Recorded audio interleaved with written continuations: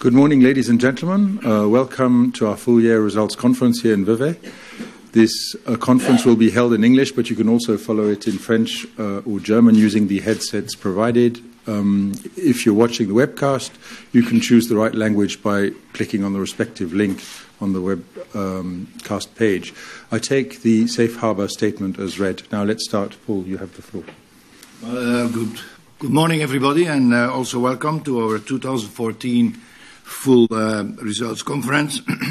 I first of all want to thank you for your interest. I want to also say hello to the people who are following us via the webcast. With me on the podium, we have Wan Ling Martello, our CFO. In the room, we have also in the first row my colleagues of the executive board, and also Greg Bihar, who is leading and heading Nestlé Health Science, and Humberto Antunes, who is heading Nestlé Skin Health. They're here in the room, also available for the questions that you may have at the end of our speeches. You saw we have published our results for 2014 a few minutes ago, and I would say they are solid. They are solid in the sense that, first of all, they are delivering on top and bottom line. Secondly, also, they have been built upon delivering over the years, also over the last years. And they have also been delivered in a soft trading environment. There is enough talk about that in the press. But also, and very importantly, they have outperformed the market. And I would say they show something that I'm going to come later on, which is some intrinsic, I would say, differentiating strength of our company. And the first thing I want to say there is the commitment and of our people. Everywhere in the world, our people, how they are committed, aligned behind our strategy is an intrinsic, very, very strong element of our continuous success, I would say. Then also our global footprint. We are truly a global company that have and has activities, integrated activities in every part of the world, and that is definitely a strength. And then also our portfolio and our brands and the complementarity of the different categories we're working in is also very important. And then what is driving this portfolio is our R&D and our innovation drive. These are four elements that I would say are at the base of the success of last year's and the years before, and will be also at the base for the future. And I'm going to go a little bit more in detail. You saw the figures, and I want to ask now Wan Ling to walk us a little bit more through the details of what's behind these figures. So Wan Ling, please, the floor is yours. Thank you, Paul. Good morning and good afternoon. I would like to first start by wishing all my Chinese friends and colleagues a very happy Chinese New Year. It is today. So, 新年快乐，万事如意. Not to worry, I'm not doing this session in Chinese. So, you've seen I put my red tie. I know, he did something for me today, just today. Looking back at 2014, it was indeed not an easy year. I have to say that I am proud of the group's results.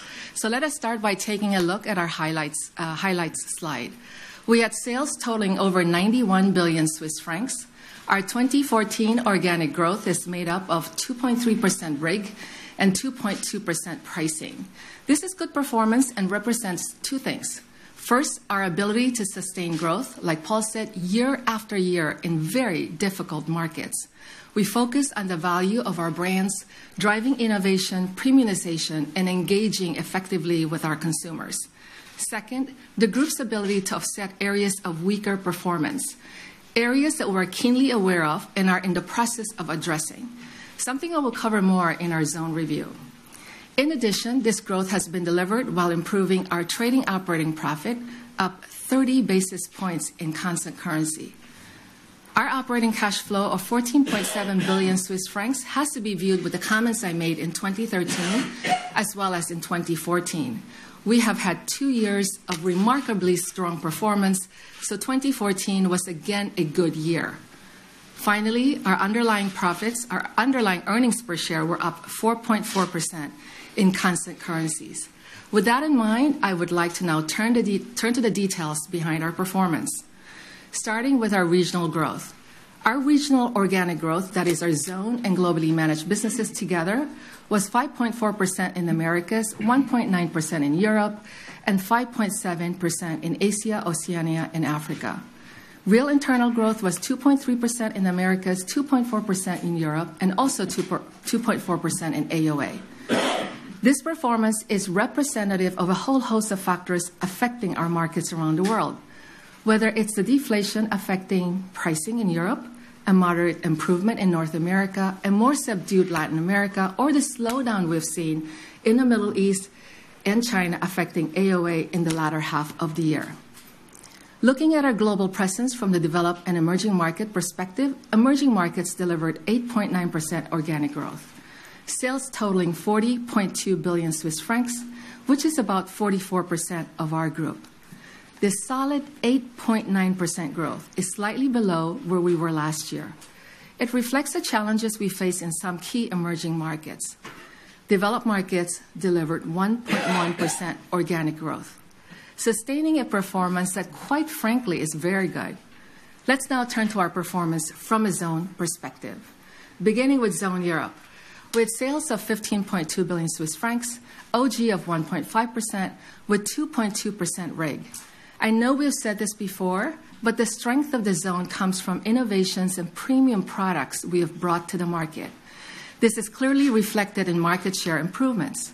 I don't need to tell you that the trading environment in Europe remains quite intense, with deflationary pressures making it very difficult for pricing and consumer confidence continuing to be fragile. Having said that, both Western and Eastern Europe continued to grow.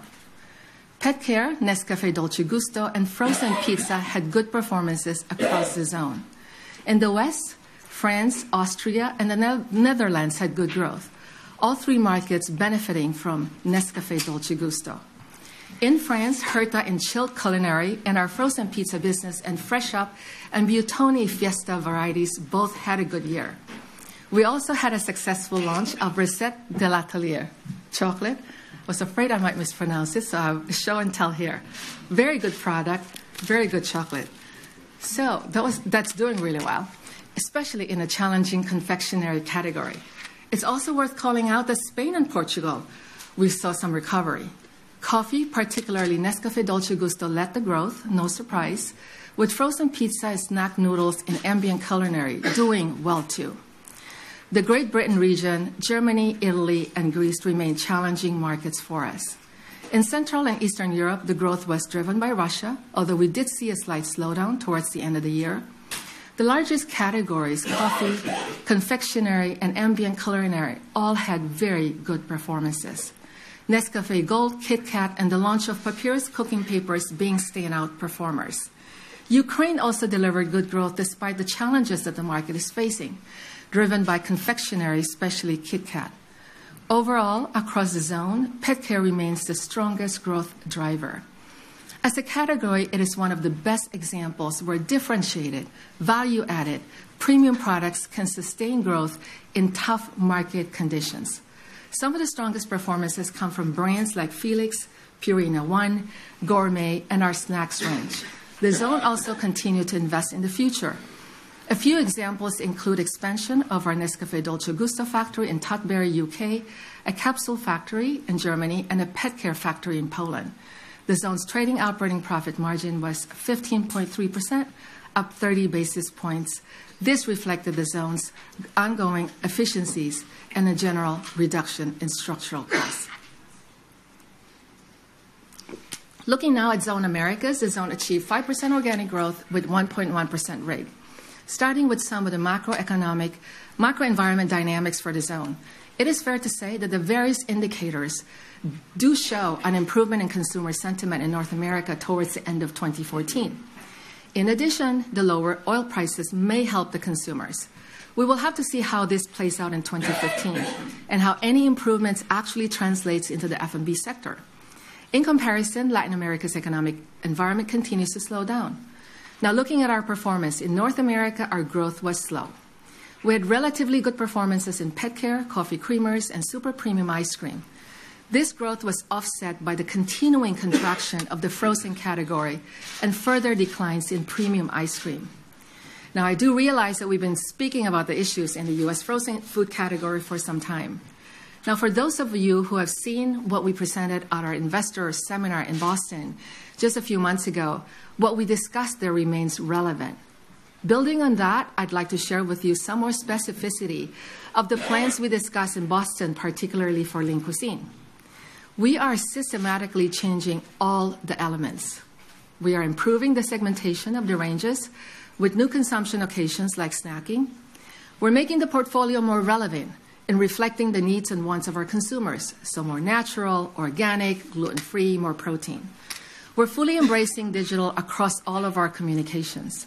And more importantly, the changes we've been working on for several months will make our nutrition, health, and wellness promise, NHW, consumer relevant, producing as fresh and natural as is possible and keeping the recipes as simple as possible. Now, of course, this relaunch comes with investment, both in our operations and particularly in consumer marketing spending. Let me be clear. There's a lot of work to be done here. Our expectations are that we should see some recovery over the course of 2015. In frozen pizza, the category dynamics, in addition to our pricing, led to disappointing slowdown. This was despite the innovations we brought to the market. Our California Pizza Kitchen brand did relatively well, particularly with crispy, thin crust. Looking at ice cream's performance, the premium segment remained under pressure. I can tell you, though, that the super premium segment did well with Häagen-Dazs Gelato. Our snacks business, that includes Drumstick and Outshine bars, recovered nicely also. In confectionery, the growth had a slow start due to the tough comparisons and general trading conditions. The ongoing successful rollout of Butterfinger peanut butter cups continued to be one of the key drivers of growth. Coffee Mate maintained its growth momentum, helped largely by seasonal flavor innovation. Natural Bliss, our all-natural dairy-based creamer, had another good year and remains a platform for future growth. We also had a successful launch of Coffee Mate To Go, concentrated creamer in handy pocket-sized bottles. Innovation also ensured the pet care business in North America to continue to grow well. Dog Chow, Pro Plan, and lightweight cat litter were some of the highlights. The brand Beyond had an important launch in the fast-growing natural segment. Now, moving on to Latin America, there was good organic growth helped by pricing that's reflective of inflationary pressure. Consumer sentiment varied across the region, and yet most markets did well. All of Nestlé Brazil's categories grew. Double-digit growth in coffee, largely thanks to Nescafé Dolce Gusto, Nino in growing up milks, Kit Kat in confectionery, Nesfit in biscuits, and Nescau in cocoa and malt beverages also made very strong contributions to the market's performance. In Mexico, the changes in fiscal legislation did affect consumer sentiment. Nido, Nescafé 3-in-1 mixes, Nescafé Dolce Gusto, and Carnation were some of the biggest growth drivers. Across the Latin America region, pet care delivered a broad-based growth. It is now a meaningful size business for us in the region. Dog Chow, Pro Plan were again the main drivers of growth. We also had a successful launch of our Rivina natural dog food in the specialist channel in Brazil. In terms of trading operating profit, despite higher input costs, the zone's margin improved by 60 basis points to 18.8%. This improvement was thanks to many factors: lower restructuring costs, the non-recurrence of the wagon train withdrawal in 2013, if you recall, and ongoing operational and structural efficiency gains in pricing. Altogether, this offset input cost increases. Moving to Zone Asia, Oceania, and Africa. At the 9 months, we talked about a slowdown in AOA compared to where we were at half year. Well, it is clear that with 2.6% organic growth for 2014, all driven by pricing, the zone has faced more challenges as we close the year. We had particularly weak performances in China and Oceania. There was also a slower performance with a high level of growth last year in the Middle East. We did, however, see good growth in many emerging markets. This includes the Philippines, South Asia, the Indochina region, Turkey, and Africa. As we have mentioned before, China has had some specific challenges. Let me share with you a little bit more color as to what is happening there beyond the macro factors that others have talked about. There are important differences between the performance of our categories. Now, please bear in mind that we are only looking at our zone businesses here. Our globally managed businesses, which are infant nutrition, Nestlé Waters, and Nestlé Professional, all had solid results in China in 2014. Our largest category in China in F&B is ambient dairy. Yinlu had a tough year. We significantly reduced the level of stock in the trade to ensure freshness on shelf. As you can imagine, in an intensely competitive market, this had an impact on growth, especially with peanut milk. In contrast, our Kanji product had a resilient performance. Our portfolio of premium senior milk powders also continues to do well, catering to those consumers looking for products that help bone and heart health. Ambient culinary in China grew despite the tough comparisons in 2013. The Tai Tai Love brand again delivered a strong performance. In coffee, our ready-to-drink Nescafé Smooth Latte also finished the year well, despite tough comparisons last year. For soluble coffee, the category growth is slower. We do remain the largest player in soluble coffee in China. The reformulations of Nescafé, such as extended cafe-style Nescafé collection, should stimulate the category. Now, moving on to confectionery in 2014, we did see a declining Chinese wafer category, compounded by our destocking and some pricing towards the end of the year. As we have mentioned before, the reduction in gifting in China had an impact on Shu Fu Chi. We are continuing to move our portfolio in line with the changing preferences of the Chinese consumers and driving more of the non-seasonal business. Ice cream closed the year in positive territory in China, now albeit at a slightly slower rate than last year. As we have highlighted before, the softening we've seen in China in food and beverage is not yet showing signs of real improvement. During 2015, we will continue to drive changes in our portfolio relevant to the needs of the consumer. This is not something that will happen overnight. However, the long-term prospects for our businesses in China remain positive, especially given the demographics, the growing urban population, and the products and brands in our portfolio and pipeline. Oceania's challenges are a little different in the form of very difficult trading environment. We continue to develop new trade channels and accelerated the rollout of innovations, the best example being Nescafé Dolce Gusto, that continue to do very well. Japan benefited from the launch of premium Kit Kat via the Chocolatori boutique concept and the ongoing rollout of Nescafé with microgrinds. I am very proud of the growth we've seen in Japan, and it is a testament to the ingenuity and the passion of my colleagues in Japan. Finally, for Zone AOA, the trading operating profit margin was 18.7%, down 20 basis points. This was mainly due to various trading items, including restructuring. While increases in input costs largely caused by depreciation in local currencies, they were offset by pricing and efficiencies. Moving now to our globally managed business, first is Nestlé Waters. We take a sip of water. Quality H2O. Healthy hydration. Our business has improved steadily over the last years by focusing on valuing up the portfolio. Yes, the category growth has helped, especially in North America and in emerging markets. But it is our drive to continuously improve our structural costs by leveraging our growth that has had the greater effect.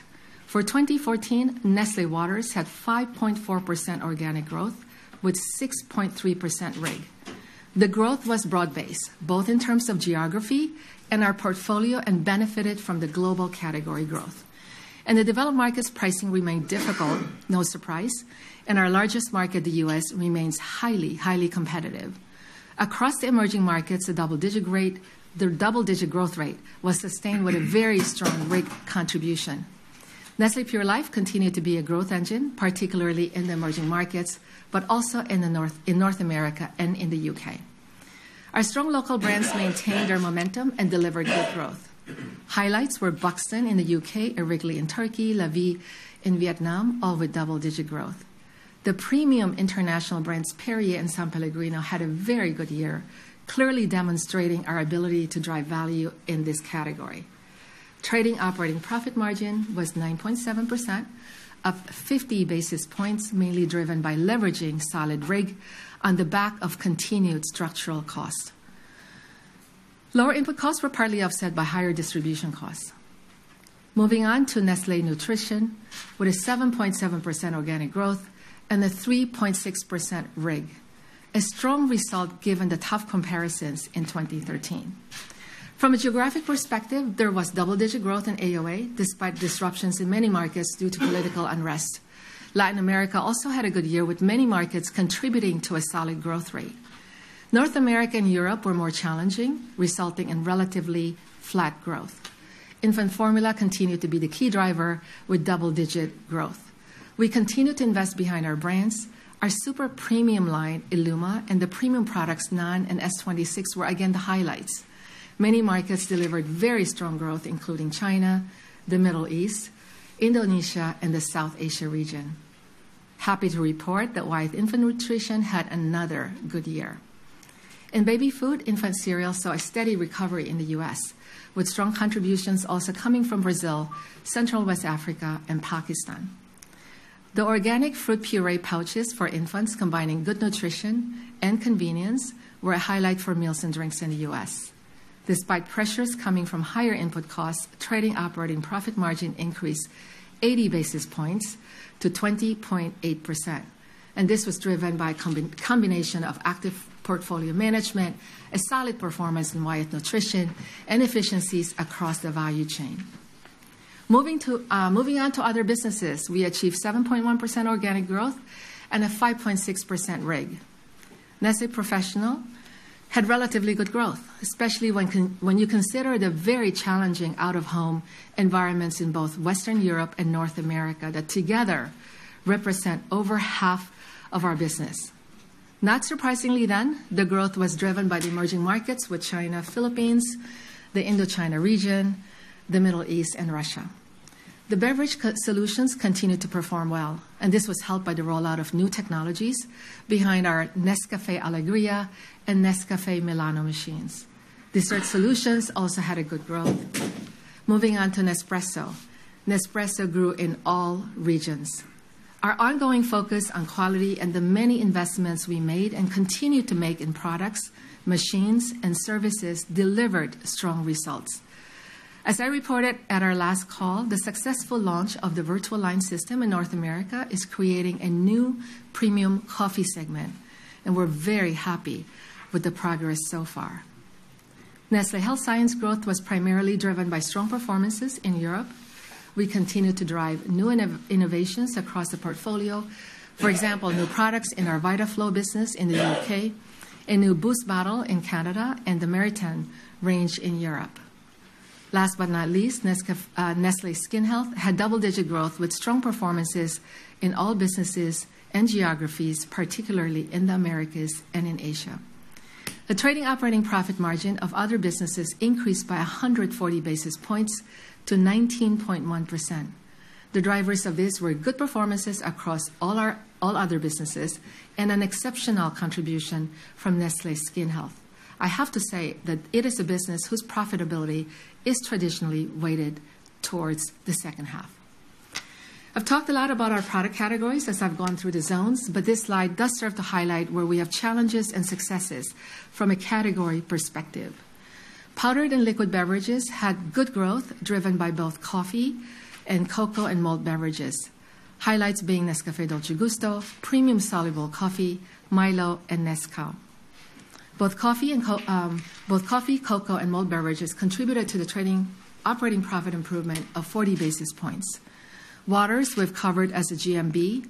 The milk products and ice cream results reflects the challenges we've had in peanut milk in China and relatively flat growth in ice cream. The 90 basis points improvement in trading operating profit margin was driven by lower structural costs and pricing more than offsetting increased input costs. The performance of nutrition and health sciences clearly demonstrates the growth pillars we have here. All elements contributed to the 210 basis points increase in trading operating profit margin, coupled with exceptional contribution from Nestlé Skin Health. Prepared dishes and cooking aids performance is no surprise, affected by the challenges we're having in frozen, despite a strong ambient culinary performance driven by emerging markets. The profit improvement here is mainly thanks to cost savings from all areas of the product group and strong growth in ambient. Confectionery is a similar story to the first half. As you can see, the growth is driven by pricing in response to inflation. A growth highlight remains KitKat in emerging markets. Some larger markets, particularly developed markets, have seen intense competition. So the 210 basis points decline in profitability is driven by much higher input costs and difficulty to take pricing in developed markets. We continue to see good growth in pet care in both emerging and developed markets. The profit improvement is mainly due to the non-recurrence of the Wagon Train withdrawal in 2013. That, ladies and gentlemen, covers our business review. Let's now take a closer look at our income statement. The trading operating profit margin was 15.3%, up 10 basis points as reported, and up 30 basis points in constant currencies. As you can see, a driver of this improvement was the cost of goods sold. They decreased by 30 basis points, a reflection of the ongoing benefits from product mix, our efficiencies and pricing actions, more than offset increases in input costs. Distribution costs for the group as a whole remained relatively unchanged for 2014, although we did see some variability in the different parts of the world, as I mentioned in my previous comments. For marketing and administration, the 2013 structural efficiency gains, including in our pension plans, gave us some tough comparisons, but we made good progress in reducing our overheads. We also continue to drive greater efficiencies in our marketing while reinvesting behind our brands. Our consumer-facing media spend was up 5.8% in constant currencies. Digital continues to be a core part of our marketing strategy and now represents roughly 20% of our media spend. It has become a major influencer in the way we engage with consumers. Our R&D investment increased by 20 basis points. Some of this is related to the inclusion of Nestlé Skin Health. The strong Swiss franc had an impact, as about half of our R&D costs are in Switzerland. Net other trading items were broadly in line with 2013. Next up is the income statement from trading operating profit to net profit. As I've said, the group trading operating profit margin increased to 15.3% reported, but up 30 basis points in constant currencies.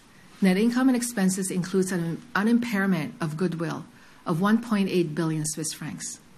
Now, this mainly relates to the direct store delivery system as a cash-generating unit for both frozen pizza and ice cream in the U.S. As I explained in my Zone Americas review, we have seen continuous declines in these categories.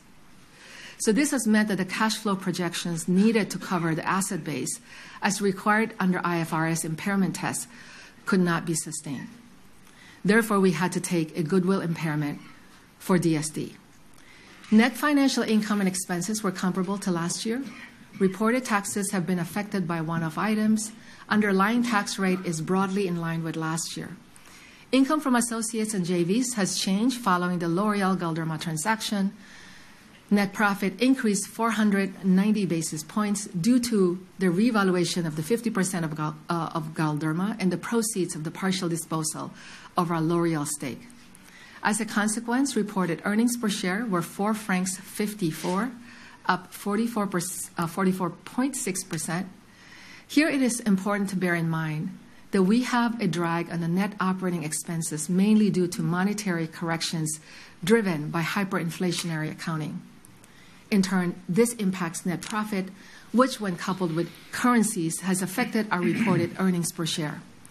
Our underlying EPS, as reported, decreased by 1.7% to 3.44 francs. This is on the base of a strong 2013 comparison. In constant currencies, underlying EPS increased 4.4%. The group's free cash flow remains strong at 14.1 billion Swiss francs. While this figure includes the proceeds from the partial disposal of our L'Oréal stake, It is also a reflection of our ongoing focus on capital discipline, including all elements of working capital, capital expenditure, and a continuous focus on efficiencies and profitable growth. Working capital remains an area of focus. While we have not seen the same results as last year's strong performance, our efforts have delivered another year of improvements. I'm sharing this slide with you, as you can see here, the way we track our working capital internally. Working on a quarterly average gives a much more accurate picture than simply a snapshot at year-end. Another important aspect of the free cash flow is our CapEx, where we have stayed the course. If you recall, Paul said back in 2013 that we would reduce our CapEx as a percentage of sales. I'm happy to report that with the help of our portfolio tool, not only have we delivered what you see in this chart, but we've also driven a more discerning allocation of our resources, driving value for the group. The next slide, the group's net debt fell from 14.7 billion Swiss francs to 12.3 billion Swiss francs, reflecting our strong free cash flow during the year at 14.1 billion Swiss francs. More than offsetting the payment of the dividend of 6.9 billion Swiss francs and the initial phase of the current share buyback program. The strong Swiss franc has again had an important impact on our financial KPIs. In fact, the cumulative impact of currencies has amounted to around 40% of sales since 2008. Please bear in mind that the Swiss National Bank announcement we saw in January has created further uncertainty to face in 2015. Importantly, even in these volatile times, we remain committed to a sustainable Swiss franc dividend. As you can see on the next slide, this chart starts in the 1980s, but in fact, since 1959, we have never decreased our dividend in absolute Swiss franc. For 2014, we have again proposed an increase in absolute dividend. The proposed dividend in Swiss francs is 2.20 francs per share. And so to wrap up my part of the call, like I said at the beginning of this presentation, 2014 was indeed a challenging year. And I have to say, I am very proud of the group's results. We have delivered both on the top and bottom line. Our growth was broad-based in emerging and developed markets. There were ongoing improvements in operational and capital efficiencies. Our portfolio has continued to be shaped by discerning choices to divest, to fix, and accelerate. Importantly, we have delivered our commitments today and have continued to build for tomorrow. With that, we expect 2015 to be similar to 2014, and we aim to achieve organic growth of around 5% with improvements in margins, underlying earnings per share in constant currencies, and capital efficiency. Well, thank you, Wan Ling. You really gave us the whole story. But let me, in the next charts, to share with you a few thoughts, highlight a few things that actually explain how we want to drive and the delivering of results, and how we do that with this consistency over time, and how we want to build further on these strengths to continue doing that in the future. We know that we are living in, well, we say it, not easy environment, soft trading conditions, you name it, volatility, instability in many areas, and I always say we have selective memory because there's never an easy year. But what's happening today may induce people or companies to really go and shorten their perspective in time and start to focus and conditioning actually all what they do towards delivering today. Well, we do and focus on delivering today, but never we will do that with losing out of sight our strategic direction, the long-term perspective of this company. And I want to walk you through a few things that I already mentioned to you that is actually linked with certain strengths, competitive advantages, you can call it, but intrinsic strengths that are so characteristic for what I see in Nestlé. The quality of our performance, the quality, not only the figures, but the quality of our performance has dimensions in time. And while we stay in the course, of our strategic direction, that in a few words is this whole agenda about nutrition, health and wellness, and all the growth potential, all the added value that comes out of it, we are continuing to take the decisions, I would say, of the decision and the strategic considerations that will build this company also for the future.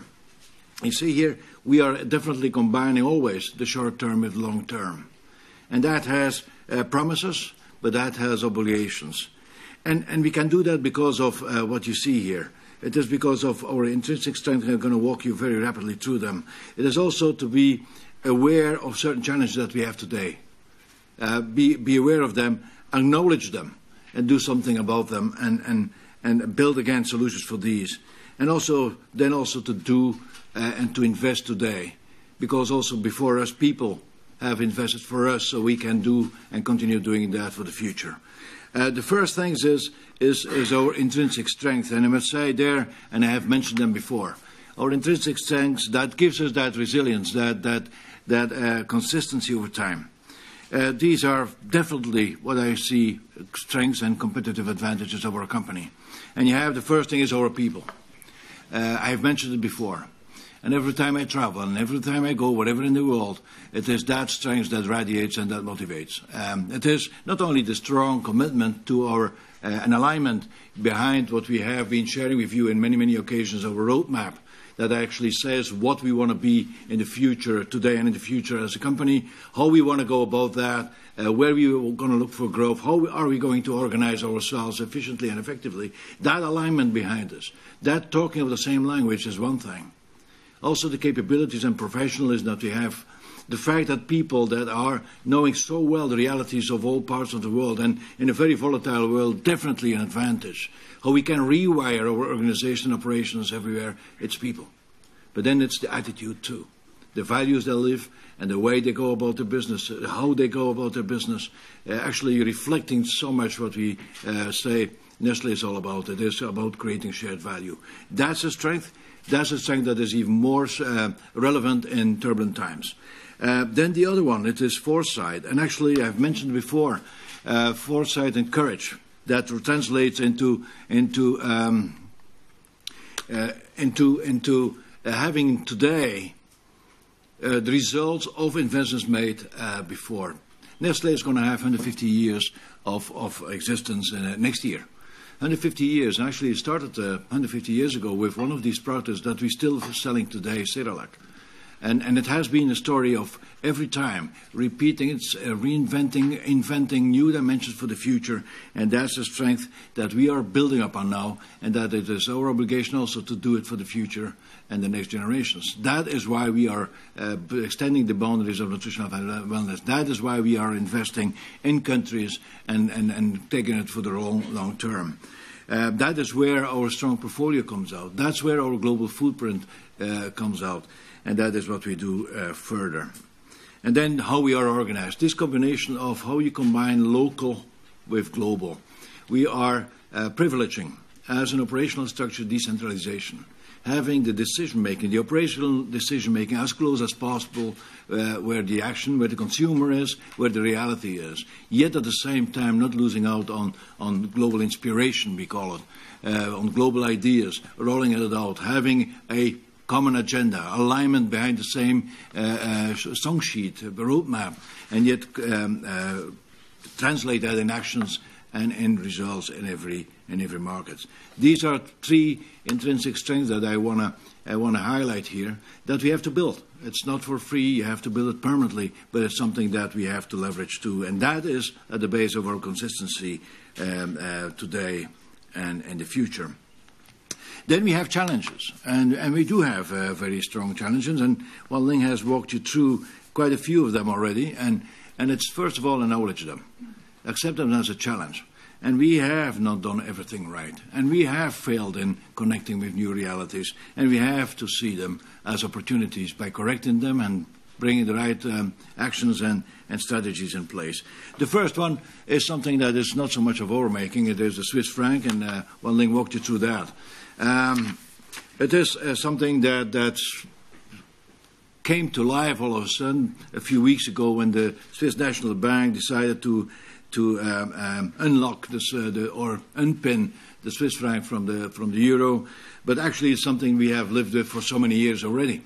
You mentioned 40% in the last 5-6 years, and even if you take further back into the past, it's even more. We have lived with a strong Swiss franc, and it has impact. Although Nestlé has a natural hedge, we call it, because we do almost all of our production and sales in the regions where we operate. So we have that natural hedge between revenues and costs. And we do actually less than 2% of our turnover in Switzerland. We have also our debt and financing that is basically 85% in dollars and euros, because again there we have that done where we have our operations. But it has an impact. You cannot just pencil that away. We do export out of Switzerland. We have 10 factories here, and 2/3 of what we produce in these factories are exported. Nespresso is a very good example of that. It impacts the added value that is generated in Swiss francs, definitely. We have structural costs. We have our headquarters here in Switzerland. We have R&D and give and take almost over 50%, 2/3 of our R&D is based here in Switzerland, so paid in Swiss francs. We have translational risk and through the consolidation, and we always mention that. That's why we say constant currency, because over the last years it has had, although limited, but still has an impact. Now, that calls for action, and we have to take that action further. Not something new, but we have to continue revisiting and rewiring supply chain, logistics, renegotiate contracts with suppliers that do have import elements in their operations. So we have to have transparency in our supply chains and go after these dimensions. That is what we have done. We have a call for intensity there to go faster. We have to look for productivity gains. The factories we have, and actually we're going to inaugurate in a few months' time a new factory for Nespresso here in Switzerland. They were all calculated on productivity. And now we have to an additional challenge and look for productivity gains in these. That is possible. That is something, a strength of Switzerland, where you are able to do that, and that is the base of our optimism to be able to do that in the future too. And then we have structural cost, something that is not linked with the Swiss franc, something we're going after permanently, be it here or in the world, and the actual recent strength of the Swiss franc is just inducing us to do it even faster. That's the Swiss franc. But then we have other challenges, and we have gone through this already, and Wan Ling have given you already many points that highlights our plans we have in place. China. And China is definitely the land of opportunity. And we have invested in China. But China has seen some changes. First of all, slowing of growth. Still growth, though, but slowing of growth with all what comes with it. And it is our two biggest market now, second biggest market. And so what happens in China is very close to our heart, and we are really involved there to see how we can swing growth back into high gear. You have to say Nestlé in China has grown last year. If you say Nestlé in China. So what comes out of the zone AOA is specific part of the range, but in total we have grown in China. So it is a mixed bag when you see these figures. There is good performance. We have mentioned it. We have good growth in ambient culinary, almost double-digit growth. Ice cream, double-digit growth. RTD coffee, the new way of drinking coffee in China. KitKat as a brand, double-digit growth, and that's a brand that we have been building upon for a long time. Dolce Gusto just starting and really up for a very, very good start. Infant nutrition, very strong performance last year. Nestlé Professional, that was a little bit suffering before last year, is back on a very good growth path. But we do have many underperformers, and the underperformers are definitely below expectations. And we have the other chocolates, coffee as a category, let's say, Yinlu, the whole brand, and all the products linked with that brand, Shu Fuxi. Indeed, what we have seen, slowing environment, but what we have seen is two fundamental things, and you see them here. A fast-moving and fast-changing consumer landscape and a fast-changing trade landscape. and we lost touch.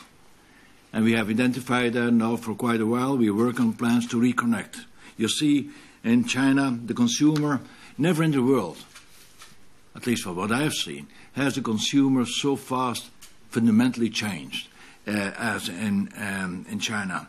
His expectations, his awareness of health, his digital drive that really jumps many changes, the fact of clear label, the awareness of so many dimensions, how he combines traditional and really gives value to that, and yet at the same time lives with a combination of modern, new, how he works with embraces the local brands and yet also combines that with the international brands. The fact that e-commerce is offering new platforms, new products, new categories, and can wrong-foot the traditional dimensions of our portfolio.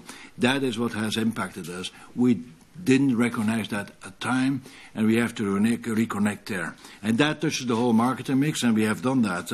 And that is now in the process of being rolled out.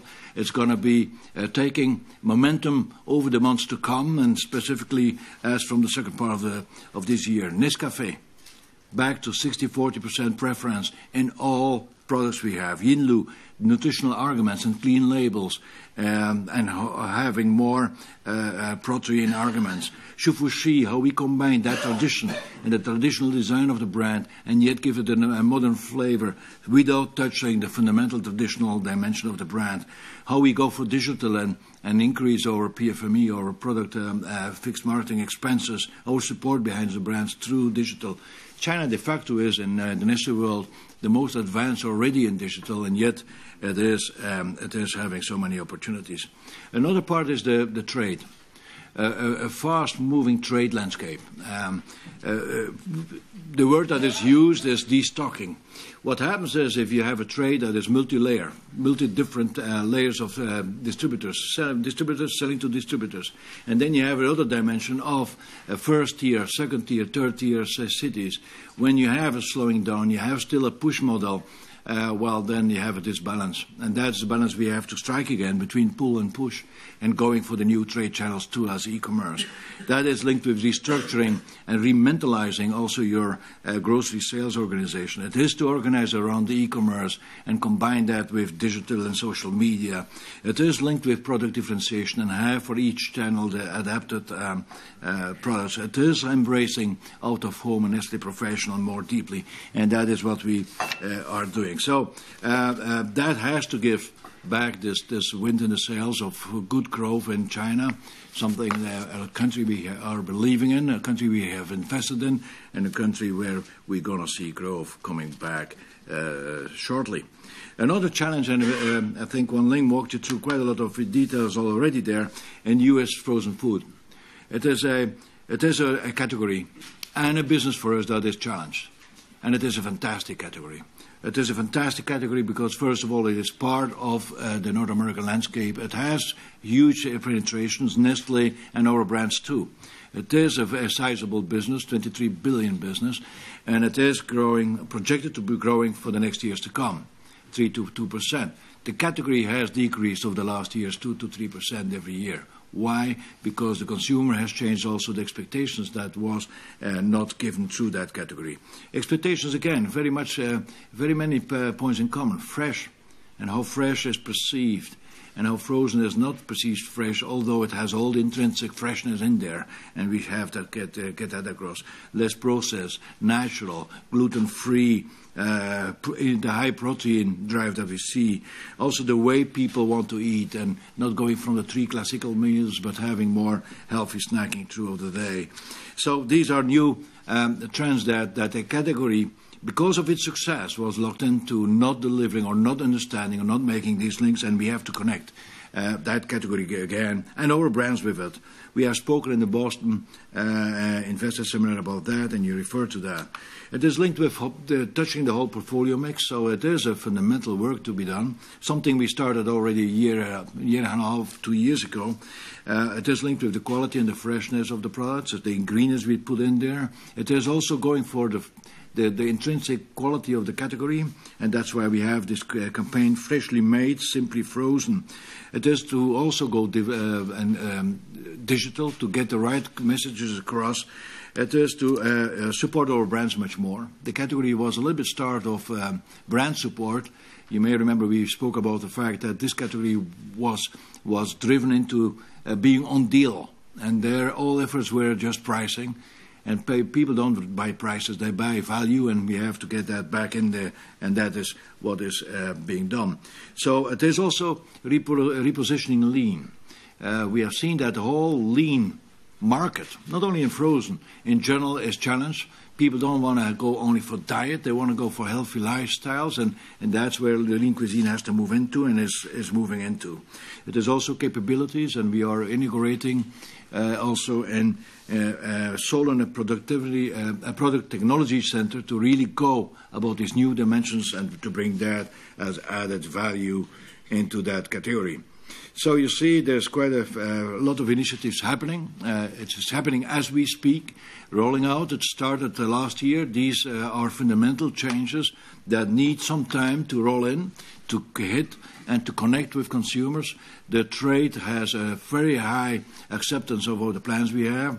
That is boding well for the acceptance also of consumers. So we see that accelerating throughout the year as from the second quarter of this year in a much more meaningful part. Then these are just to show we have other challenges. We have things that's going well and others, but these are the major ones that you have also identified.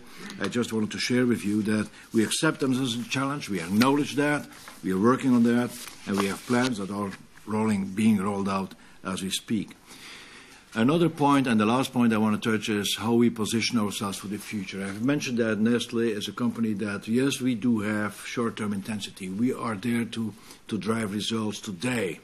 We're living day in day and delivering that behind a common platform and a common strategy. Yet at the same time, we are investing.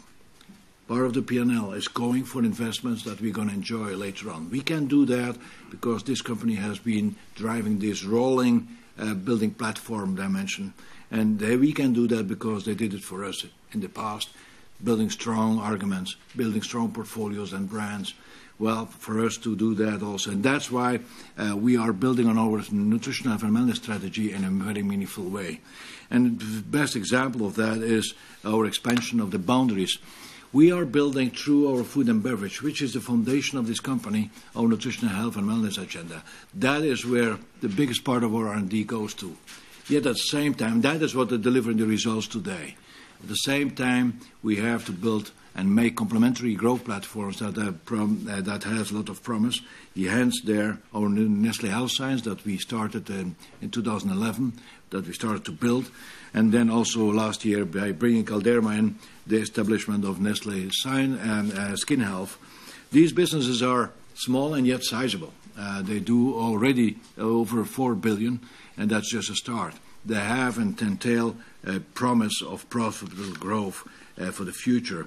Nestlé Health Science, 3-4 years work on that. We have selected or identified the selection of opportunities, growth opportunities that will differentiate and where we invest in science. I'm not going to walk you through the details. We're going to have opportunities later on for that anyhow. But we have shared and structured also that company behind these three I would say businesses. Consumer care, specifically more intensively organized around healthy aging and all what comes with that, and all the brands that already play there. Medical nutrition, a very scientifically driven dimension for specific inborn error metabolism. You read it there, pediatric care, also metabolism, metabolic care, and so on. And then we have this novel therapeutic nutrition that really looks for development of transformational nutritional therapies. This is really building the future, and that's where also we have taken stakes in Cereals Health, for example, that really goes about exploring how nutrition can be linked with the microbiome and giving there also good answers. And we have engaged in venture funds to keep our ear close to the ground because there's so much happening in that field that entails so much promise. Same with Nestlé Skin Health. We brought it in last year through Galderma, an existing business with a very strong setup, with leadership in the specific areas that they are playing in. You see there also we have defined the business and structured the business also behind three businesses. You see them, prescription, that is basically healthcare professionals handling our leading brands like Epiduo or Oracea. Self-medication over the counter, they along sit up with very strong brands that we have there that are increasingly also fueled by in more deeper science and research and development, and then aesthetic and corrective. Well, these are definitely building blocks for the future. We're going to talk over time how we evolve there, but they really entail an amazing promise of profitable growth. Another thing, and that's my last point I want to share with you, is that a few months ago, here in the fall, I was sharing with you the establishing of Nestlé Business Excellence, and to give that really the right level under the leadership of Chris Johnson on the executive board level. It is by bringing together Nestlé Continuous Excellence Globe and Nestlé Business Services. Each of them were initiatives that do have and have had a major impact in our organization. Globe dates back from 2000, where we really went for harmonizing the business processes, standardizing data management and also systems and technologies. In 2008, we had Nestlé Business Services. We have now in 5 markets 5 business services. We have one central one here that are servicing our markets, and yet there is huge opportunity there to go deeper. Nestlé Business Excellence, this whole mindset change of looking into each person, the 340,000 people of Nestlé, this whole drive and awareness of doing things more efficiently. Many projects that are converging to our savings that we have been communicating every year. We are a fundamentally decentralized company. I've mentioned that, the local global dimension. I'm a true believer of that part of our DNA. Yet at the same time, we have a size. We have a size that we have to translate into scale and into competitive advantage. If we do and see, just as an example, we benchmark how deeply we are scaling up certain services, be it finance and control services, or be it HR services, or procurement, there is upside. And that is what this whole thing is all about. To really see how can we leverage our scale, our size into scale, competitive advantage, and unlock resources so we can invest for the future. And that is going to translate on, or it's going to be done on 3 basic principles. It is all about simplifying. It is all about standardizing where we can. And it is all about sharing and leveling it up where we can. So that is going to give us then these highly efficient support structures. And it's going to go deep. This is going to touch the whole dimension of our company, every part of our company. We're all involved there. And it's going to be a fantastic story because it's going to give us the speed and the quality of execution and everything we do with the only purpose to have the resources to invest for our future, to have the resources to invest behind our brands. And I think that is what gives to Nestlé, what I would say, with some pride, definitely these characteristics. Nestlé to be resilient, good times, bad times, resilient, strength, inner strength, be innovative, be groundbreaking, have this vision on and anticipate future dimensions and build for them. And then also this consistency. Quality, I feel, in our operations is dependable. You can count on the people, you can count on the company. Consistency. Well, with that, I think I come to the end of my little part where I really wanted to stress a few intrinsic dimensions that are sometimes not mentioned with the right attention. I have said that one of our strengths is our people, and I want to, through this again, say how important I feel people are. They are, at the end, bring all these results, and I want to thank them for that. So with that, thank you very much for your attention. We are open now, for questions and answers. So, thanks, Paul. For those of you on the call, if you want to ask a question, please press *1 on your phones to join the queue. If you want to withdraw your question, please press *2. Please limit yourself to 2 questions, but let's now take the first question from the call. The First question is from James Target at Berenberg. Please go ahead. Good morning, everyone. Two questions from me. Firstly, just on the US, I wonder if you could provide some colour on the magnitude of improvement that you saw in the second half or the fourth quarter. You have clearly communicated the need for repositioning of some of your brands to make them relevant to the consumer. But now, how satisfied are you with the portfolio you have in the US, particularly in frozen? They've been under review now for a couple of years. Is there still some pruning to come or bolt-ons?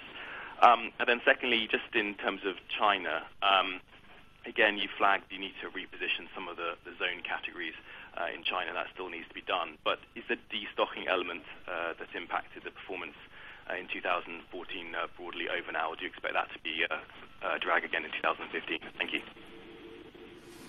Well, on frozen, I think we have been quite explicit there. This is something that we're not rolling out now only. We are touching each, and you saw we have 4 categories there where we have the leading brands, and we have been working on them now for quite a while. There is an acceleration of launches because when you start reformulating brands, repositioning, not fully, but repositioning, redesigning brands, also revisiting your communication, these are fundamental shifts. It's clear that we're not going to have them all at the same time. We have been doing already certain things in handheld and in pizzas quite a lot. But we do see for Lean Cuisine and Stouffer's the relaunches being done as we speak with connection with the trade, some to come on in the second part. That is going to have to get traction. I think we have compelling plans, but that is going to have to get traction over the months to come. It is clear that momentum is going to be built up over the months, I would say a second quarter and then further on. If you compare versus the years before, we had decreases. So we definitely speak about vigorous growth again. And it's good timing because North America, per se, is, again, consumer confidence is taking some additional colors, and there is openness for it. So I'm really optimistic to see good results coming of all the efforts we're going to do. It is clear we have to have the trade first with the new offerings and before we really start to support these new ideas and new brands. And that's going to be also a little bit later on. So, but it is something that is going to take momentum, definitely. Now, in China, the destocking, it is clear destocking. I spoke about the change in consumer. That is, at the end of the day, that is what drives then sales. Yet at the same time, you have these buffers. There was definitely a system in China where and I mentioned it, through the different layers and different dimensions of cities, the first, the second, and you had quite a lot of stock in the trade. You get a softer growth environment, a softer pull of takeoff, and you don't identify that as a company or as an industry. And actually the whole mindset was pushed because it was growing and there was nothing too much. All of a sudden, that's double in the counting. All of a sudden you slow down and it pushes back upstream.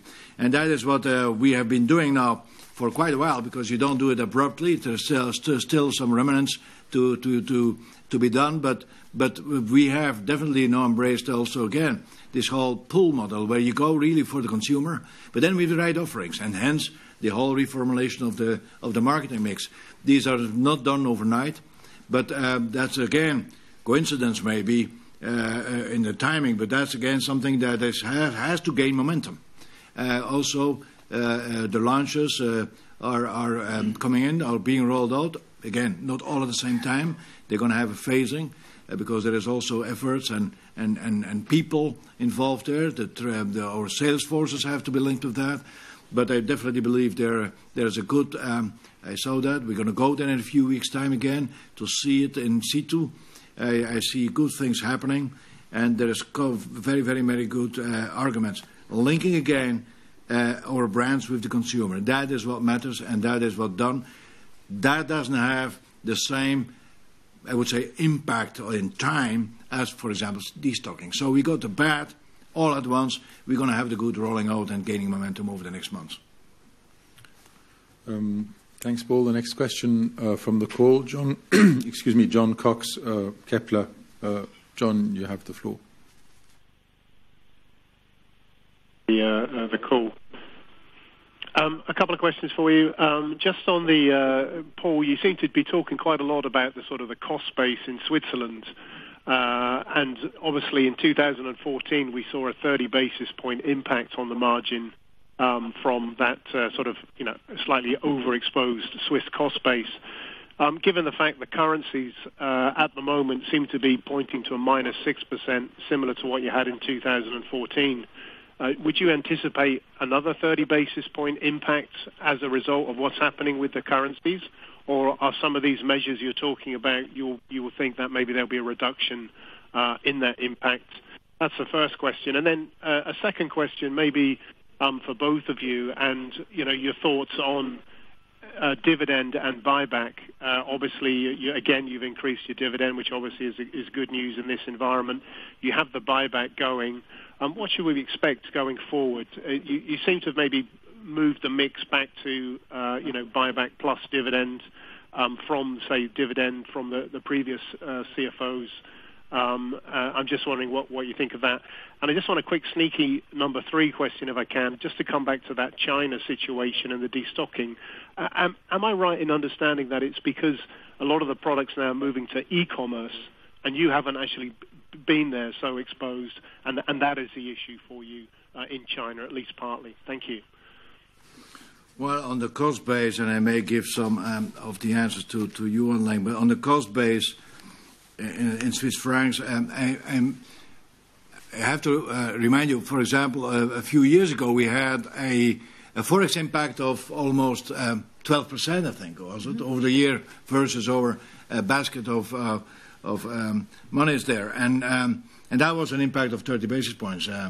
But I don't see, and I'm not going to express because that would be very anticipative. But the Swiss franc is going to have that impact. That's why we're going to work on that to see how can we soften the impact of the Swiss franc revaluation. We have all year to do that. It's something that is not new, as I mentioned. We have been going after that now for many years. We just feel there is a little bit of an acceleration or visibility from all sides. But that's going to be done, again, like we have done it over time. It is productivity gains, basically. And that is, there are still upsides, and that's what we're going to work on. At the end of the day, also NBE is part of that solution too, in the sense of how can we really have support functions being better and more efficiently given. On the dividend and the buyback, maybe when you, Wan Ling, I think in dividend policy you have shown quite a nice history, and we want to have some traditional qualities too. So, but for you, maybe China, before you answer then the dividend on China, the destocking, I would not say it is e-commerce taking over. There is traditional trade, people go to stores, etc. There is e-commerce. But I feel what in China, it is reconnected with consumers in general. We still have very good growth and very strong brands there going well in many areas. Some have weakened. They still connect with consumers. We just have to add that additional new expectation from the consumer and build that in our brand architecture. E-commerce has gained a lot of traction. It's true. E-commerce has different portfolios that are offered that may wrong foot the traditional dimensions of the consumer product landscape. That's where we want to reconnect. These are adjustments, some deeper than others, adjustments that we are making. But we are engaging definitely in e-commerce as a trade channel in China. And what I do see, and I have mentioned that before, I think e-commerce in all its expression and forms is going to be actually, I think, proportionally more important in developing and younger markets where you don't have such a strong retail base yet.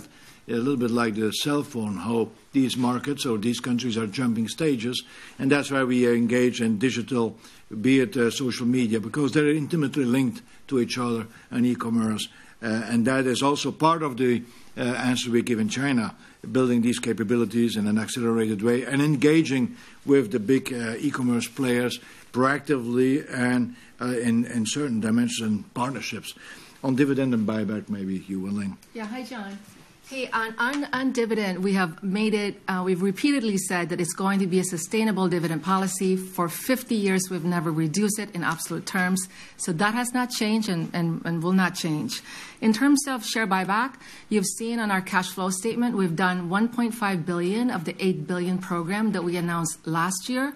To date, we've done 2.5 billion, and that is a program that we intend to complete by the end of 2015. And so it's, so that should answer the questions on both. Thanks. The next question from the call is from Alan Erskine of UBS. Alan? Alan Erskine? So we don't seem to be able to get that call. Sharon, can we have a question from the room? John?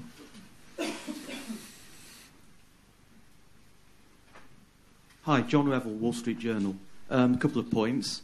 In your guidance, Mr. Bulcke, you say you're guiding for around 5% organic growth for next year. Does that mean you're preparing the way to go lower than your 5 to 6% next year as well, after 2 years of missing it? And the second point is, you describe these results as solid, but they are actually your weakest growth in 5 years. So is this solid compared to your peers, or how would you describe that? And just a final cheeky one as well. Just give us a bit more colour about China in terms of the destocking. Is it basically you had the wrong products before and you've replaced them now, or just a bit more colour on what's happened in China? Thank you. Thank you, John. You're always so nice to me. The advantage we can talk later still. This around 5% is actually the best expression of a sense of reality. And answers your second question too. You said that with weakest growth and etc. You look at the world. And you see what the growth environment is of the world. We're part of that. What we did, though, is, again, building growth on growth, and do that also by outperforming the market and combining top line and bottom line at the same time. That is what I call consistency. I think that's what I meant with solid. I didn't say they are excellent, they're good. I said solid.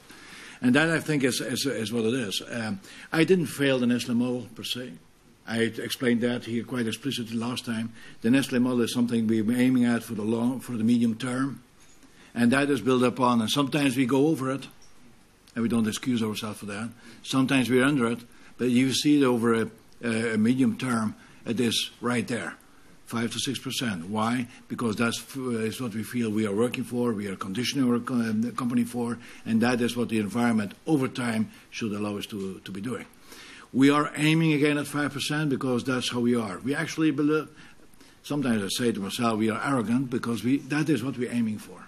We have all reasons to soften, but we're not asking a low weight on our shoulders. We are starting to strengthen our shoulders and say we're going to do whatever it takes to get to 5%. That's our aim. That is what helped us, for example, last year to overperform because we aimed to 5%. Around 5% is a term that I feel is appropriate for what we feel is in there for this year. So now we'll... Oh, the destocking. I do believe when I said in China, and there is always this dimension of destocking, I don't feel that is right to explain. That's actually an effect. That's a result of something. Softer environment, softer models of push, balancing push-pull. I feel it is much more important to understand, I feel, as a company, are we still connected? And we are. We are very hard on ourselves because we go what doesn't work. What works, let it go on. But certain dimensions, certain brands, and certain parts of our brands, Yinlu connects with the Chinese consumers millions of times a day. Yet there is a movement, a shift, and that shift we should translate into that brand to be able to connect with that shift too. That's what we're talking about. And destocking is what you see. That's the effect. That's what hurts on the figures. But there is underlying something more important that we are working for. So we do one, but basically what matters is the other one. And I feel that is what that has a softer impact. Once you reconnect, you reposition, you reformulate, takes time. All these things, they have a a longer timeline to really impact. And let's wait for that now. So you have the wrong products in some places, and now you're replacing them. Sorry? You have the wrong products in some places, and No. now you're replacing them. Again, you have this tradition. For example, Hsu Fu Chi is a brand that is so much tradition, so much linked with the landscape of the Chinese consumer. We're not going to throw that away. That has value. Yet at the same time, we have to build behind this brand that also, without disturbing the tradition, the new dimensions, the new expectations. So it's not wrong or right. It is evolving. And that is what we're doing. We're not throwing things out and restarting. There's no rebooting of certain brands in China. There's this evolution of connecting in different dimensions. Brands do have different faces to the consumer. We add them so that they respond to the new expectations. Okay, so let's take that next question from the call from Alan Erskine of UBS. Alan, please go ahead. Good morning. Can you hear me? Hello? Yes. Do you hear us? Yes, I can. Perfect. Okay. Right. Just two questions from me, technical questions, really. Firstly, Wan Ling, you mentioned that the margin performance of the other division was helped by the fact that Galderma is seasonally weighted to the second half. My question is, can you give us an indication, if Galderma had been there for the whole year, what the difference would have been to the margin? And my second question was with regard to the performance of nutrition in the fourth quarter. If I've done my numbers right, it was a very strong performance on lapping a very strong performance in Q4 of 2013. So I wonder, could you just give us some color as to what were the main features for nutrition in the fourth quarter? Thank you. Well, on the margin, I think you can answer, but you did it already because you said the business of Nestlé Skin Health, Galderma, is weighted to the second part of the year. So as we had it only in the second part, we have an advantage there that's going to be softened if we would have taken it the full year, and that's what we're going to have this year. Basically, I feel that this is the answer. I wouldn't like to go in more details there. And then on nutrition, fourth quarter, maybe you, Heiko, on nutrition, you can give us some light of why is nutrition going well, and specifically in the fourth quarter. You want to say something first? I just want to add to. Hi, Alan. On the Galderma impact, it's obviously not something that we publish because it's part of our other businesses. But if you look at our annual report, you can very easily calculate the impact. So you just have to. It's there. Oh, that looks like it. It's there. We don't publish it. So you have it, but we don't give it. Okay, I go now just to highlight a little bit what is because nutrition has gone well for us, and info nutrition in certain areas, in certain geographies, really well for us, and we saw some acceleration. Why is that? Yeah, if you look at the performance of nutrition, is the mic on? If you look at the performance of nutrition in the fourth quarter, it's, I would say, more a continuation of also the quarters before. It didn't particularly grow more in the fourth quarter than in the previous quarter, but it's true that last year in quarter four we had a very high, so we had a high comp to compare with. I would say similar to what Wan Ling and Paul were highlighting is that very strong performances in Asia across the board. Yes, in China, but also in the rest of Asia, particularly on our formula and our gum businesses. And that's kind of a continuation. And I would say on e-commerce is an area which there were some questions about. We have certainly also accelerated our performance there. So that's maybe something that throughout the year we're seeing quarter by quarter an acceleration of our business there. Thank you. So the next question from the call is from Alex Hosen of Jefferies. Alex, go ahead. Good morning, everybody. It's Alex Hosen from Jefferies here. Can I just confirm how you've treated the organic growth of Galderma and other acquired skin health assets this year? Have you included these within the group organic growth number or within the M&A number? And if you have included it within the organic, could I ask how many basis points contribution it's made to the group number? And then on a separate tack, could you give a little more on how the VertuoLine launch in the US has progressed? You say you're pleased with it, but perhaps you could flesh out what's been achieved to date with the launch and if it has driven a materially higher rate of growth for Nespresso in North America. Maybe if you go, although we have given already on Galderma some answer on that, but on the VertuoLine, I must say it is really going well. That also Nespresso Classical is going well. It gets quite a good traction. The acceptance of VertuoLine is going very well. Also, what is very important to us is the usage of it. So there is a high throughput on the people who bought that new machine. It is really giving very good marks on acceptance of the product. So that is very important again. It is something that starts in the biggest coffee market. So it has a lot of promise. We are very happy with how the VertuoLine, together with the Nespresso brand in general, is going in the United States, and I would leave it there. On Galderma. On Galderma, in terms of organic growth, yes, the organic growth for Galderma for the 6 months in the second half, when after we finished the transaction, is included in our OG. And so that is included, and the impact is about 10 to 20 basis points. The next question from the call is from Jerry Gallagher of Deutsche Bank. Jerry, go ahead. Good morning, everybody. Thanks for the question. Just want to come back on the guidance, if I may. I couldn't help but notice the inclusion of the words, we aim to achieve organic growth of around 5%. And I think those two or three words, we aim to achieve, are new. I appreciate, Paul, that you've made the comment in the past, the excuse to miss numbers, and that's why you've stuck to the 5, around 5.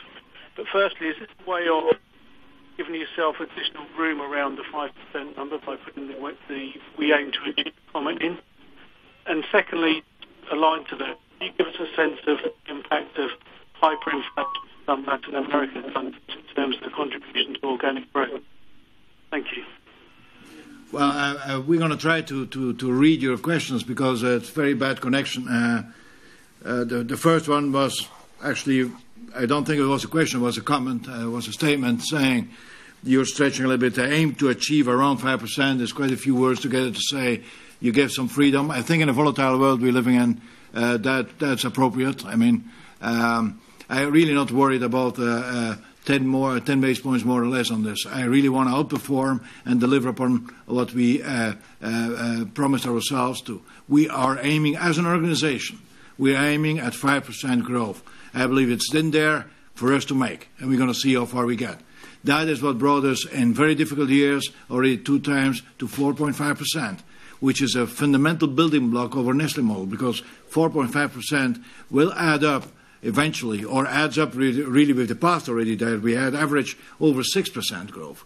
So that adds up to deliver the Nestlé model, which is 5 to 6% in the short-term line that we want to walk. So that's why we say we aim to achieve, because I don't want to relax an organization like Nestlé and saying let's adjust a little bit over the targets now and let's go for 3 to 5% span, so you can actually choose. Then I think it's maybe arrogant. They should maybe not be so arrogant. What it does, though, it aligns an organization like Nestlé. And actually, the around 5% is only for me, because everybody has another figure. And that is linked with the potential of the reality, the potential of the business he is responsible for. And I think that's actually the way we work. And the internal targets, to a certain extent, is what we pronounce to the outside world. We don't play around with, we go for this, but we only give that. So I hope we can together live with that kind of guidance. And the other question, I must say, was about America or something, but I didn't hear the question. Maybe. Would you like to repeat it, Jerry? Gary, I didn't hear your question about, I hope it's Gary on now. Now it's gone. But did you hear? I could hardly get it. I'm sorry for that, Gary, but we can always answer. If there's a specific question for you, we can always answer that later on. Okay, so the next question from the call is from Warren Ackerman of Societe Generale. Warren, please go ahead. Good morning, Paul. Good morning, Wan Ling. Stefan, it's Warren Ackerman here at Societe Generale. I hope you can hear me. It's not been a great line. The first question from me is around confectionery margins down 210 basis points in the year.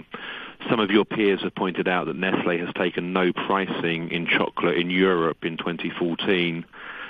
And I'm just a bit surprised by this, despite your comment about the difficulty to pass that on given the intense retail backdrop. I mean, you've clearly been hit by much higher cocoa costs, as we can see in your margins.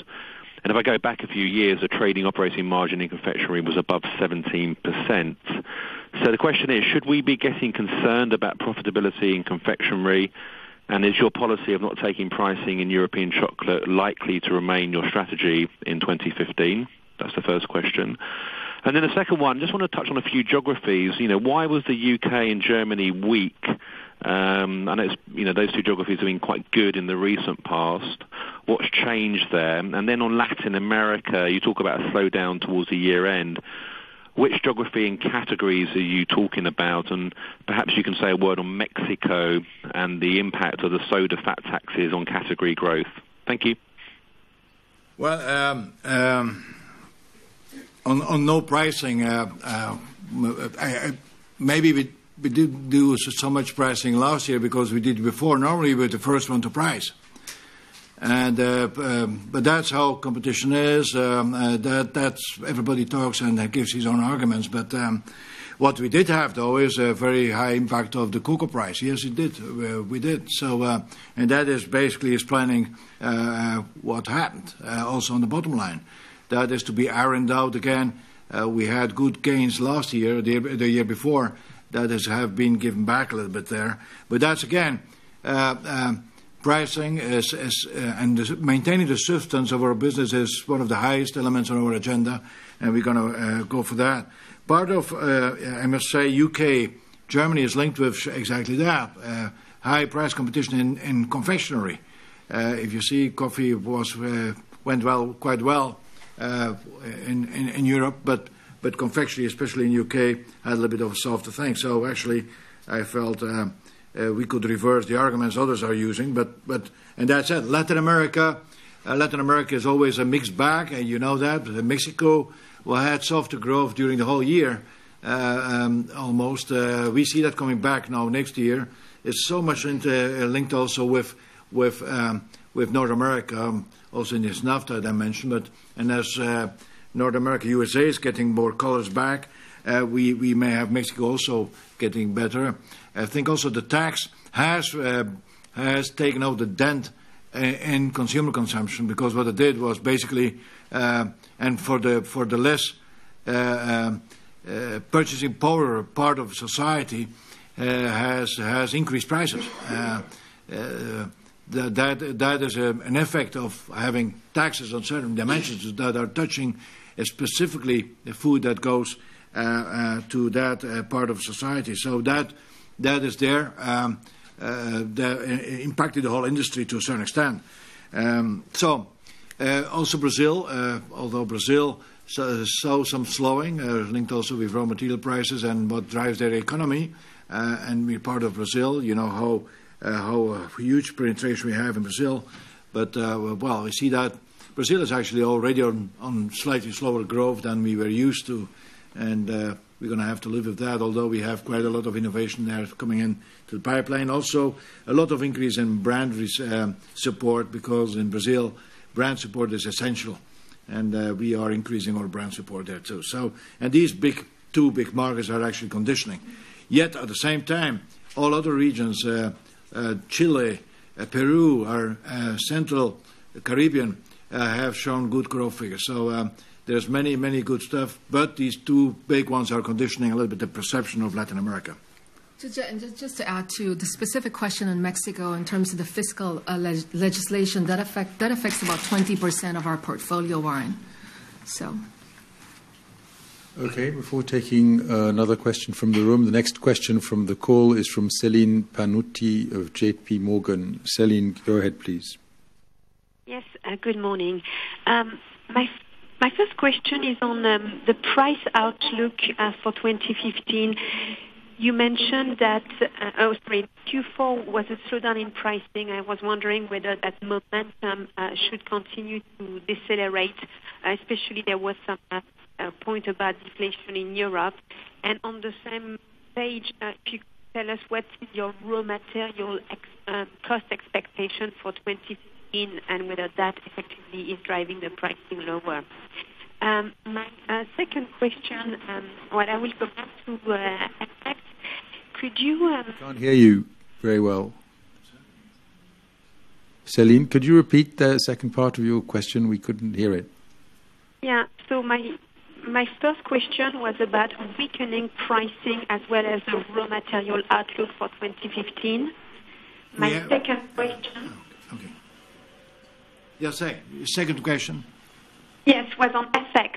At current rate, what should we expect in terms of impact on top line? And am I right from what you said on the first question that the impact on margin would be less than 30 basis points?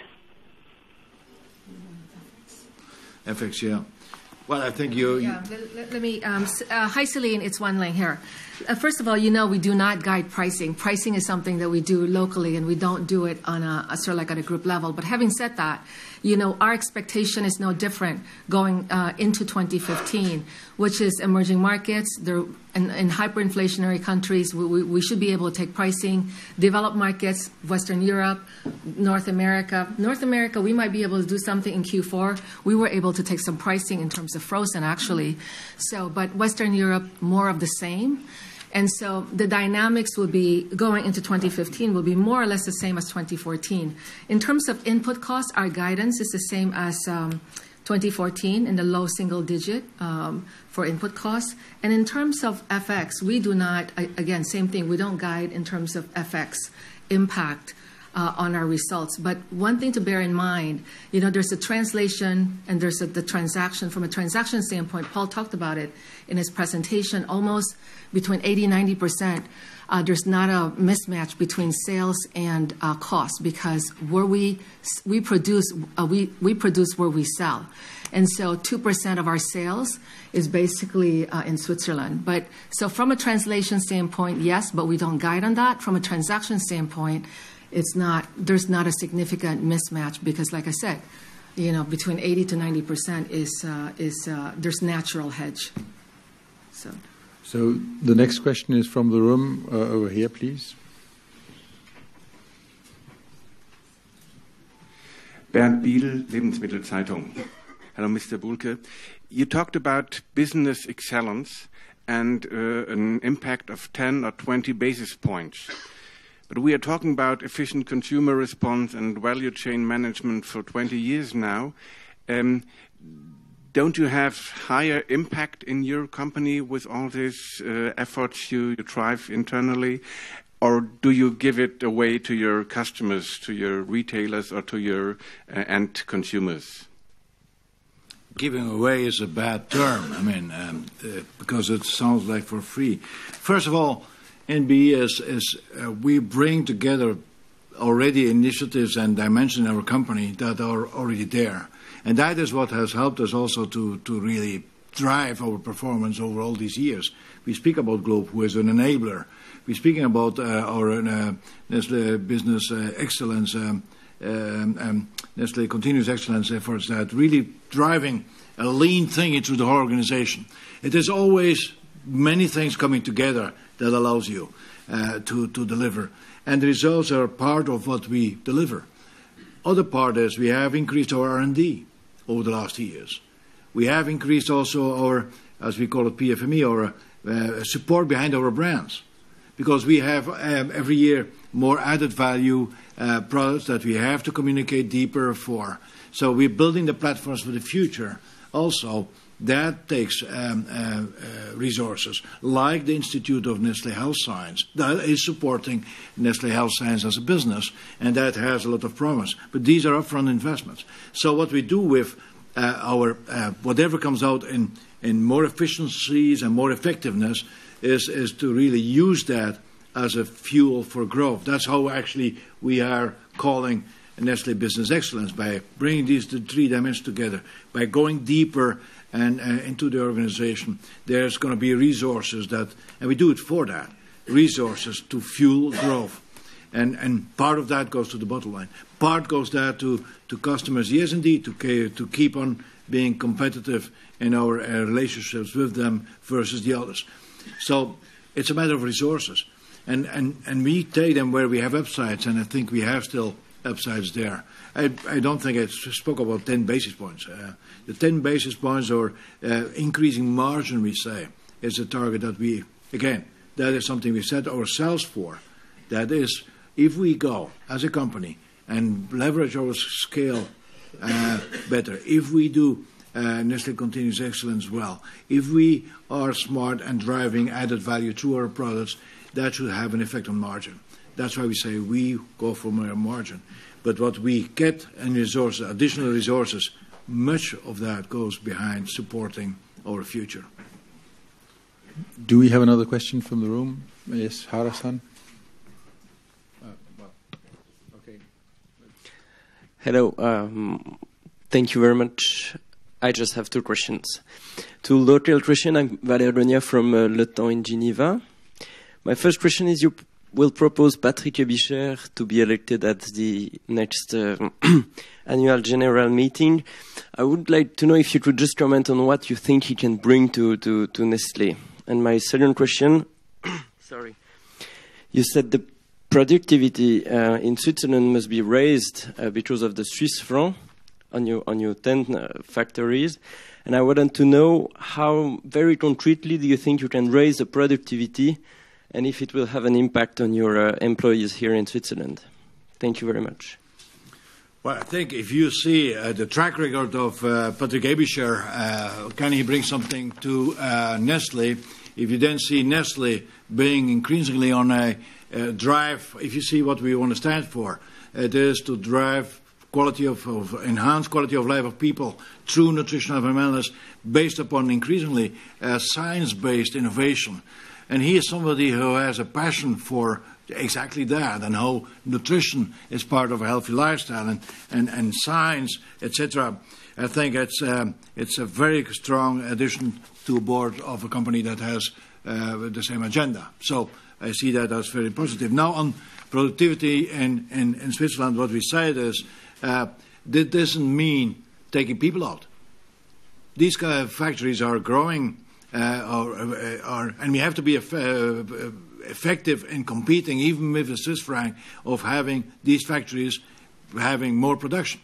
So we are going to absorb that with the same people, definitely. We have a natural outflow of people. Should we replace them? I don't know. We're going to have to see. Definitely there we are in direct discussion with our employees to see how can we be more productive.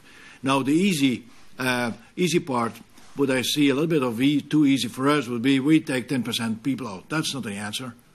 We have invested. I have mentioned our people here before. They are driving the results of this company. Now, there are productivity gains to be made together, and that's what we're going to do. We start to have saying also, should we increase our salaries? Well, I don't think so. If you see that Nestlé alone has reduced price of 600 products, while inflation in Switzerland should, at least if there is one effect that we would expect of having the strengthening of the Swiss franc coming in, is that quite a few products should go down in price because there's still quite a lot of imports here. So we have to see that all together, and that is what we will do. The next question from the room, Hara-san. Hello, Katsuhiko Hara from Nikkei. I have two questions. The first one is about the Swiss francs. In the actions that you will take to encounter the situation, you did not mention moving the production or the R&D or the headquarters out of Switzerland. Maybe you feel that is too extreme, or given the situation with the immigration as well. And my second question is about Japan. Since you're doing so well with the innovations, do you have anything in mind that you want to take out to the world and expand? Let me first answer on Japan. Japan is a good story, and that's in spite of all. You see, there's an environment that would induce or help you to have all the arguments to say, well, I'm not growing because look at, and there you go. But do we have vigorous growth in Japan? And why is that? Because of creativity, very innovative ways of going about the business, bringing new elements in. And actually, we have been speaking about Mr. Pepper, which is a small computer. These are, well, not anecdotes. It really makes an impact. But these are all ideas that came out of a market that are, I do believe, are totally useful for many other markets. It's an attitude. It's just not accepting a no as an answer, and finding new ways, digital, going deep in there, new systems, adding value to the base products we have, and build value around that for the consumer. So actually, I think we're going to have one of these Dr. Peppers here when you go out a little bit later, of two, so you can really shake hands with them. It's very cute. But you see, it's again quite a few things that falls together. But there's one common denominator on that thing: it's entrepreneurship. Going after, there's so much value to be created, even in countries that don't have that natural, I would say, pull effect of growth. That's induced growth, definitely. You see KitKat again last year, very good growth. KitKat, that was already a sizable brand in Japan. Well, it's growing like it just started. Nescafé, very strong growth there too. So on your second question of moving, these are the questions that you get then. Is Nestlé going to move? Well, we are a Swiss company. We have our headquarters here. We have R&D, and de facto R&D grows, and then you have tendency of growing. We have factories. So we're going to inaugurate in Romont an espresso factory. It's clear there's a decision taken a few years ago. Would we take the same decision? I don't know. We have to see. It is clear that decisions are made taking into account many, many dimensions. And there are so many good dimensions here in Switzerland. You have just to see, would that be the same equation today? And it is not only the strength of the Swiss franc, it's part of, and I would say it's the minimal part, it's more that framing condition of Switzerland that I feel with immigration, with etc., with, that I think Switzerland has to think about that. I'm saying we're going to translate or bring or export parts of our activities to the outside world. I'm not saying that. But I'm saying is, if we would have to expand something here, well, I would think twice. That's another way of seeing it. But I think we are part of Switzerland. We in Switzerland have to think about that. We have a next question from over email from Johannes Ritter of the Frankfurter Allgemeine. 2 questions. If Ferrero was for sale, would you be interested? And the second one is, why did the operating profit as a percentage of sales fall in 2014? You answer this, sir. And the first one, I'm sorry, I'm not going to answer that. And actually, this family is in a special moment, and I respect that. So I'm not going to have comment on that. On this, did operating profit as a percentage of sales fall in 2014? Trade operating profit was up both on a reported and constant currency basis. So it didn't fall, it went up. Yeah, it was up in constant currency by 30 basis points. So. Okay, we have time for one last question from the room. So, but perhaps 2. So let's Uli and then Natalie. Yeah. Uli Hoch, AWP. 2 questions from my side. First, on acquisition, is acquisitions actually becoming more of an issue if the Swiss franc should stay on this higher level we've seen in the last weeks? And secondly, on financing, we've seen negative rates on some of your bonds in the last couple of weeks.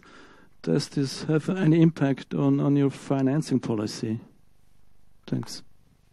You can answer that. This is clearly a very interesting time that we're in. And as a company, Nestlé, we're obviously going to leverage whatever favorable condition that's out there. And so that we will continue.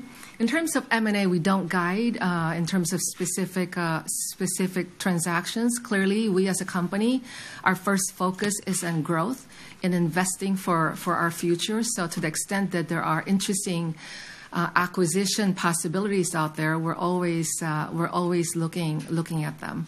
But we don't guide in terms of with specific names. No, and also the Swiss franc. If the Swiss franc is stronger, if you buy something in another country, the natural hedge plays again. So I don't think this is an impact.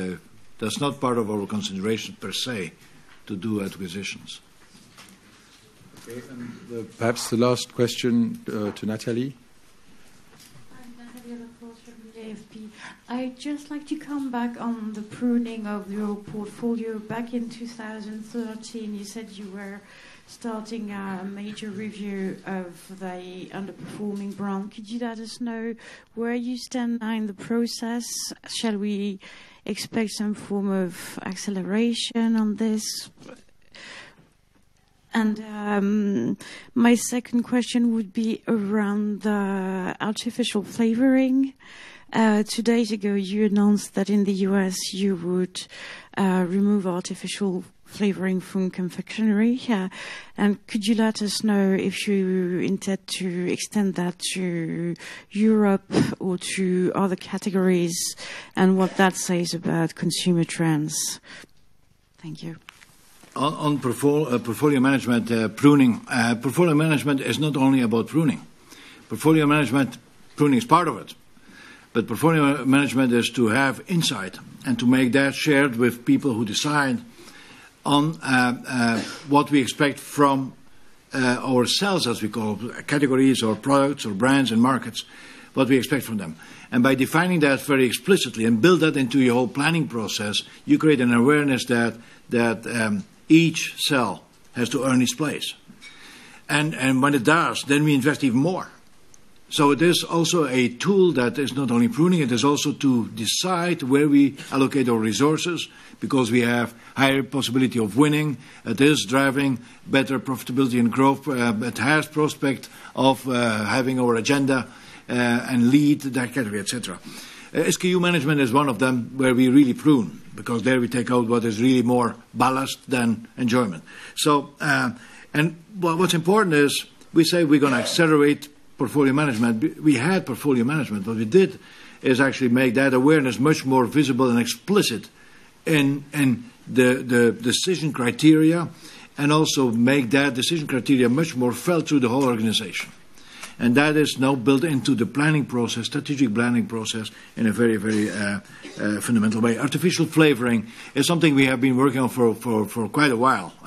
This is not because it knows it. What we did in the United States, we said at the end of the year it's over.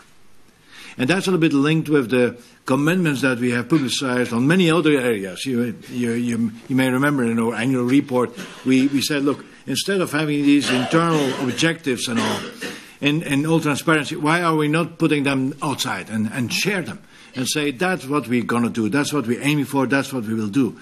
And we report, and you're going to see now in the annual report of this year again, we report on last year and how we're doing, and commit for the next years to come on many of these issues too. And one of the biggest chunks of this commitment is what we want to be as a company, nutrition and fundamentalists.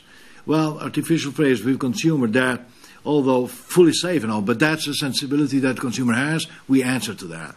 We have done that already in all products that go specifically to kids, like Smarties and all that. They don't have that for many years already.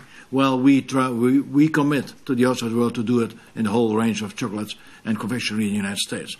And that's a move that is in Europe too. We don't say we do it we do something in the United States, but the Europeans, we don't care. Because the insights, the way to do it, all that we apply it then worldwide over. So that was the last question. Perhaps your concluding words? Well, my concluding words is I just want to stress that results are coming because of certain qualities that you have to build. It's not for free. And this combination of building and yet at the same time delivering, that balance, strike that balance is what I see as one of my personal objectives, to keep that balance going, to invest yet at the same time to deliver. We aim around, etc. That is what guides 340,000 people. That's what we all together want to deliver. We're going to work for that. And we're going to do that, again, in this consistency, I would say, and balance that Nestlé has been characterized for. We will keep that. A lot of energy going into that too. So with that, I want to thank you all for having shared this this time with us and show interest in our company and see you then in next occasion. So thank you very much. Thank you, Paul. As usual, we're happy to take any follow-up questions via email or Twitter. I'm sure you know the addresses. Thank you very much.